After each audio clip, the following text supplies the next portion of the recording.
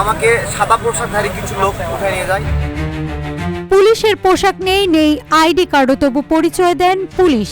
এই ছদ্মবেশে তারা থামিয়ে দেয় গাড়ি, তুলে নেয় যাত্রী, আর মুহূর্তেই ঘটে যায় ডাকাতি, অপহরণ কিংবা গুম খুনের মতো ঘটনা। সাধারণ মানুষ বুঝতেই পারে না এরা আসল না নকল। স্বৈরাচার হাসিনার পুরো শাসন আমল জুড়েই আইনশৃঙ্খলা বাহিনীর পরিচয়ে সাদা পোশাকধারীরা চালান এমন নারকীয় তাণ্ডব। ফলে আওয়ামী ফ্যাসিস্ট সরকারের সময়ে পুলিশের ওপর সাধারণ মানুষের ক্ষোভ ছিল চরমে।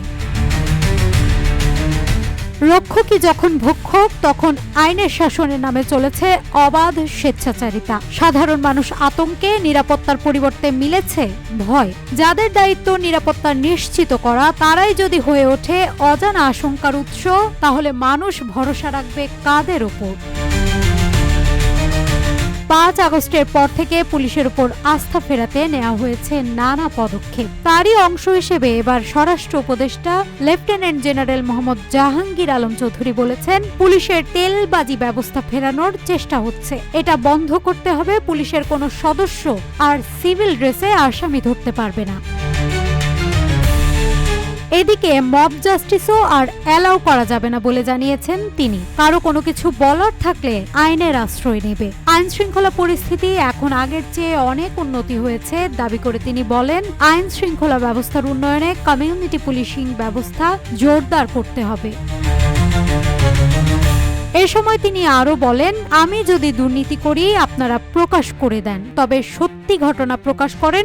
যদি কোনো অপকর্ম করি সেটা বলে দেন, তবে যেটা করি না সেটা বললেন না। মিথ্যা সংবাদ, যেমন আপনারা ইন্ডিয়ান মিডিয়ারে খুব ভালো কাউন্টার দিয়েছেন, আপনারা সত্যি সংবাদ প্রকাশ করায় ধন্যবাদ পাওয়ার যোগ্য।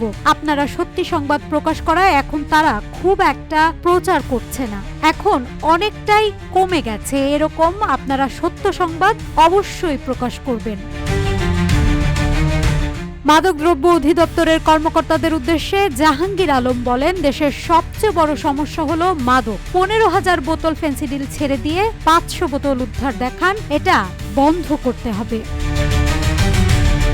এই নির্দেশনার উদ্দেশ্য হলো গ্রেফতারের সময় স্বচ্ছতা ও জবাবদিহিতা নিশ্চিত করা, যাতে সাধারণ নাগরিকদের মধ্যে ভয় বা বিভ্রান্তি না থাকে এবং আইন প্রয়োগকারী সংস্থার প্রতি আস্থা বৃদ্ধি পায়।